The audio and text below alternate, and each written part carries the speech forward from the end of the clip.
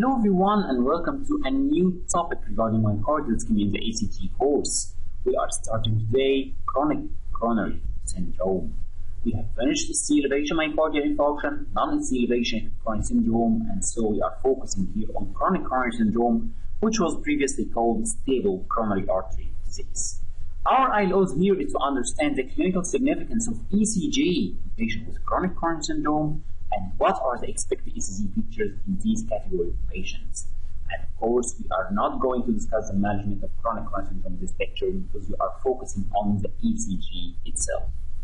First of all, in the 2019 ECG guidelines, in which the name was changed to chronic coronary syndrome, they put like 6 clinical scenarios that are expected for these patients with chronic coronary syndrome. One, patient with suspected coronary artery disease and stable anginal symptoms, like patient having symptoms on exertion of chest pain or dyspnea. Patient with new onset of heart failure or atrial dysfunction and suspected coronary artery disease is suspected to have chronic coronary syndrome. Asymptomatic and symptomatic patient with stabilized symptoms less than 1 year after acute coronary syndrome or recent revascularization. Asymptomatic and symptomatic patient more than 1 year even after initial diagnosis or revascularization are also considered the chronic coronary syndrome even if they are asymptomatic. Patients with angina and suspected vasospastic or microvascular angina are considered chronic coronary syndrome. And the last one, asymptomatic subject in which coronary arterial disease is detected by chance at screening and the patient is not complaining. That's why the term would change from stable coronary artery disease to chronic coronary syndrome. So we are excluding here any patient with acute coronary syndrome. STEMI, non-ST is not included in this terminology. Of course, the first question that comes to our mind, why should an order an ECG while the patient with chronic coronary syndrome is chest pain free at rest? What's the value of ECG? We always ask for ECG when the patient is having chest pain to detect whether there is any change in the segment, elevation, depression, field inversion, pathological Q. The patient is having any abnormality suggestive of ongoing ischemia.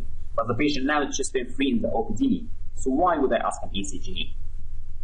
In order to answer this, we need to ask another question. What do you expect to find in an ECG of a patient with chronic coronary syndrome? Of course, in the majority of patients, it would be normal. Yes, of course, this is what I expect to see in an ECG, and then I will ask for further investigation like echocardiography, like non-invasive imaging, stress imaging, CT coronaries. But sometimes it is not normal. It may show abnormal findings like pathological Q, like villain sign, like left bundle branch block, like poor or wave progression. At this time, it will change your management plan. Let's start with pathological Q.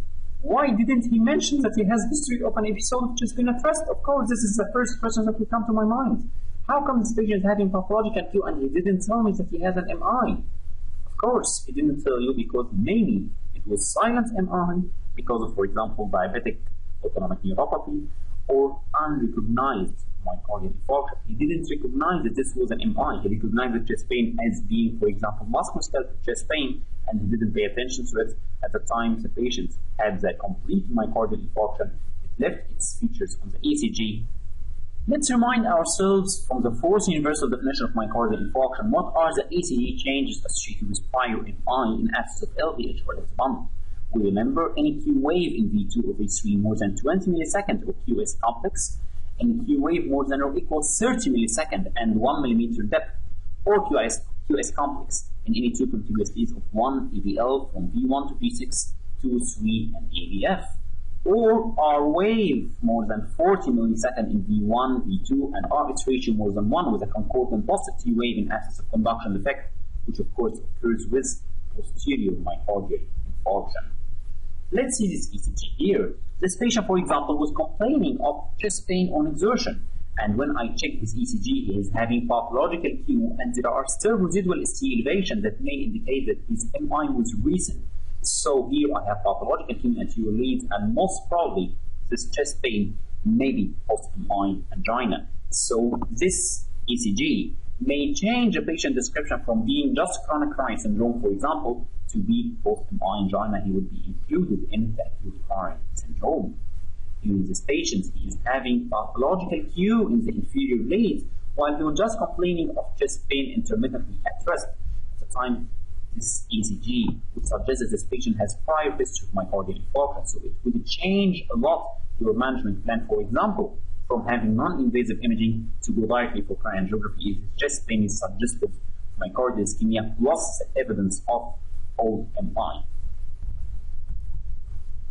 So in order to summarize, what are the whole criteria for prior MI? Of course, ECG is one of the very important criteria in the form of pathological Q with or without symptoms and in absence of non-ischemic causes, because some structural heart disease like cardiac amyloidosis, for example, may lead to a form of pathological Q which we call pseudo-infarct pattern because it is not ischemic cause. Also, there are other features other than the ECG, like echocardiography, for example, showing evidence of loss of viable myocardium in a pattern consistent with ischemic etiology, and also it can be shown, for example, in myocardial perfusion imaging or cardiac MRI. And sometimes a pathological finding of prior MI in case of postmortem cases, if we are speaking about a patient who died, is also a criteria for prior MI. And so pathological Q is one of the ECG features that may be seen in patients with chronic coronary syndrome, changing your management plan. Let's now move to another sign that may be seen in a patient with chronic coronary syndrome, which is Villen sign. Of course, we remember that we have two types of Villen syndrome, type A and type B. Type A shows a biphasic T wave, and type B shows a deep symmetrical T wave inversion, which is, of course, more common. Villen syndrome, of course, if it is diagnosed through the ECG, it signifies proximal LAD occlusion or severe stenosis. So, for example, as we can see here, we can see an evidence of biphasic T wave from V1 to V3, plus also nearly symmetrical T wave inversion in V4 and V5. So this is Villen syndrome type A. Here in this ECG, we can see evidence of deep symmetrical T wave inversion suggestive of Villen syndrome type B. Here also it is more deeper T wave inversion suggestive and more suggestive than the previous one of Villen syndrome type B, signifying the LAD affection. So, of course, Villen syndrome can occur in non-ST elevation coronary syndrome and can also occur in patients with chronic coronary syndrome. So I can see this ECG pattern in a patient presenting, for example, with typical chest pain at rest, and I can see the same pattern in patient complaining in the OPD from chest pain on exertion, not at rest. And of course, all cases will need to proceed directly to invasive coronary angio plus minus revascularization rather than non-invasive imaging. So here the ECG helped me a lot without having too much investigation. I will just need an echocardiography and ECG, and based on the symptom, I can arrange for invasive coronary angiography for revascularization. So both non-ST and chronic coronary syndrome can show Villen's sign. So if this patient with Villen syndrome describes episode of typical chest pain, arrange for coronary angio plus minus revascularization, whatever the result of echo, if it is normal, with no need for non-invasive imaging. Let's move to another ECG criterion, which is the left bundle branch block. Of course, mostly it is chronic left bundle branch block in this patient that may suggest presence of structural heart disease, like LV systolic dysfunction, LV alternative disease, or old MI.